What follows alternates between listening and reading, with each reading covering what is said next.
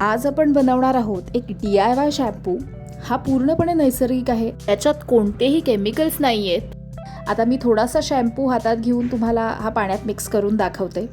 तुम्ही बघू शकता की याचा किती छान फेस होतो आहे। हा शॅम्पू केसांची स्वच्छता उत्तम करतो आणि त्यांना मऊ आणि चमकदार बनवतो।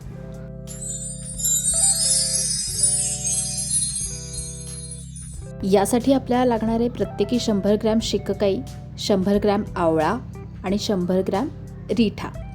हे तुम्हाला कुठेही वाण्याच्या दुकानात सहज मिळू शकतं। शिककाई केसांना मजबूत करते आणि खूप मऊ आणि चमकदार बनवते। पूर्वापार काळापासून केसांच्या स्वच्छतेसाठी, केस धुण्यासाठी शिककाईचा वापर होतो। तुम्ही जर तुमच्या आई आजीला विचारलं तर पूर्वीच्या काळी शिककाईचाच वापर केस धुण्यासाठी केला जायचा। यानंतर आपण घेणार आहोत 100 ग्रॅम आवळा। आवळा ही केसांच्या वाढीसाठी खूप उपयुक्त असतो। याच्यात व्हिटॅमिन C असतं। केस गळती थांबवण्यासाठी आवळ्याचा खूप छान उपयोग होतो। तुम्ही आवळा खाऊही शकता, त्यांनी सुद्धा तुमच्या केसांच्या वाढीसाठी खूप चांगली मदत मिळते। आता आपण 100 ग्रॅम रिठा घेणार आहोत। याला सोपनटही म्हणतात। रिठ्यामुळे आपल्या शॅम्पूला फेस येणार आहे। हा उत्तम असा क्लिन्झर आहे। रिठ्यामधल्या ज्या या काळ्या बिया आहेत त्या आपण टाकून देणार आहोत आणि ही टरफलं आपल्याला शॅम्पूसाठी घ्यायची आहेत। आपण या सगळ्याची नंतर पावडर करणार आहोत, त्यामुळे रिठ्यामधल्या या काळ्या बिया जर आपण घातल्या तर आपला मिक्सर तुटू शकतो। त्यामुळे रिठ्याची ही सगळी टरफलं मी वेगळी करून घेतली आहेत आणि या बिया आपल्याला टाकून द्यायच्या आहेत आणि ही वरची टरफलं आपल्या शॅम्पूसाठी आपल्याला वापरायची आहेत। आपल्याला या तिन्हीची पावडर करून घ्यायची आहे। आपल्या घरातल्या मिक्सरमध्ये आरामात या तिन्हीची पावडर होऊ शकते। सो या सगळ्या गोष्टी एकत्रच मिक्सरमध्ये घाला। तुम्ही या तिन्हीची पावडर विकत आणूनही हा शॅम्पू बनवू शकता, पण बाहेरून आणलेल्या पावडरमध्ये भेसळ असण्याची शक्यता असते। पण इथे मी ही पावडर माझ्या डोळ्यासमोरच बनवत असल्यामुळे याच्या शुद्धतेची मला खात्री आहे, म्हणून ही पावडर मी घरीच बनवते आहे। मिक्सरमध्ये अगदी छान व्यवस्थित ही पावडर बनते। अशा प्रकारे थोडीशी कोर्स टेक्स्चरची अशी ही पावडर बनते।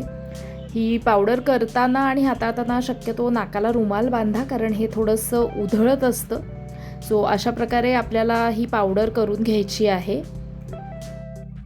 आता ही सगळी पावडर एका पातेल्यात काढून घ्या। मग याच्यात पाणी घाला।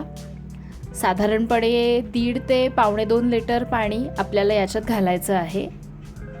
आता हे मिश्रण आपल्याला उकळायचं आहे, त्यामुळे मंद आचेवरती हे मिश्रण उकळत ठेवा। तुम्ही अधूनमधून हे ढवळू शकता। ऑलरेडी आपल्या शॅम्पूवरती छान फेस आलेला आपल्याला दिसतो आहे। रिठ्यामुळे हा फेस आलेला आहे। चांगली उकळी आलेली आहे। आता हे उकळून अर्ध होईपर्यंत आपल्याला हे असंच उकळत ठेवायचं आहे। त्यामुळे मंद गॅसवरती हे असंच उकळू द्या जोपर्यंत हे अर्ध होत नाही। आपण आपल्या शॅम्पूमध्ये अजून एक घटक घालणार आहोत, तो म्हणजे जवस। जवस केसांच्या वाढीसाठी खूप उपयुक्त आहे। जवस घातल्यामुळे आपल्या शॅम्पूला क्रीमी जेल टाईप टेक्स्चर येणार आहे, जसं बाजारातल्या शॅम्पूचं असतं। सो हे उकळून अर्ध झाल्यानंतर याच्यात आपल्याला जवस घालायची आहे। 100 ग्रॅम जवस मी घेतलेली आहे आणि याच्यानंतर याच्यात 1 लिटर पाणी आपल्याला अजून ॲड करायचं आहे। आता हे आपल्याला असंच उकळू द्यायचं आहे।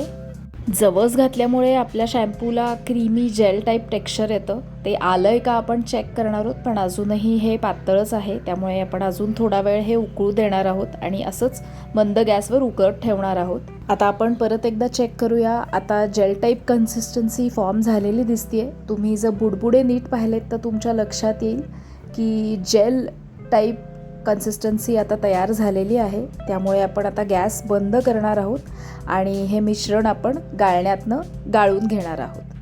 हे गरम असतानाच आपण गाळणार आहोत, कारण जसं जसं हे गार होत जातं तसा हा जेल अजून थिक होत जातो।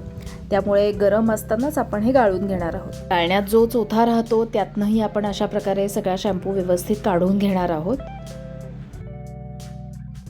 अशा प्रकारे आपला सगळा शॅम्पू गाळून तयार झालेला आहे। आता आपण हा गार करत ठेवणार आहोत।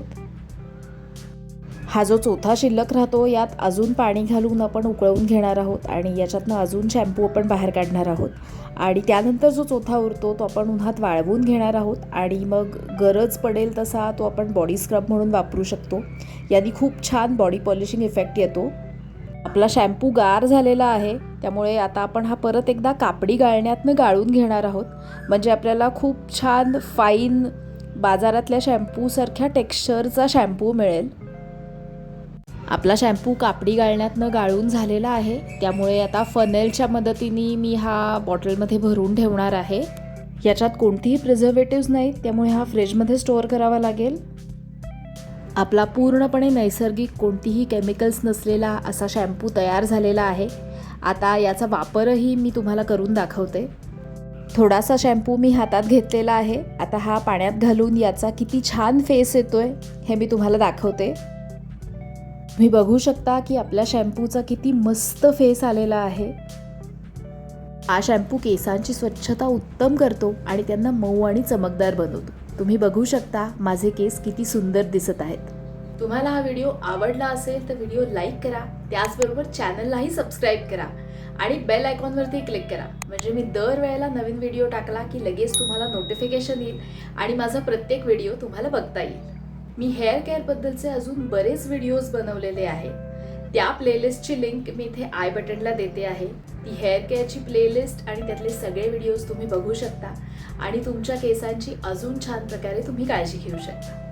मला कमेंट करून नक्की कळवा की हा व्हिडिओ तुम्हाला कसा वाटला आणि हा DIY शॅम्पू बनवून वापरल्यानंतर तुमचा रिझल्ट काय आला हे सुद्धा मला नक्की कळवा. थँक्यू.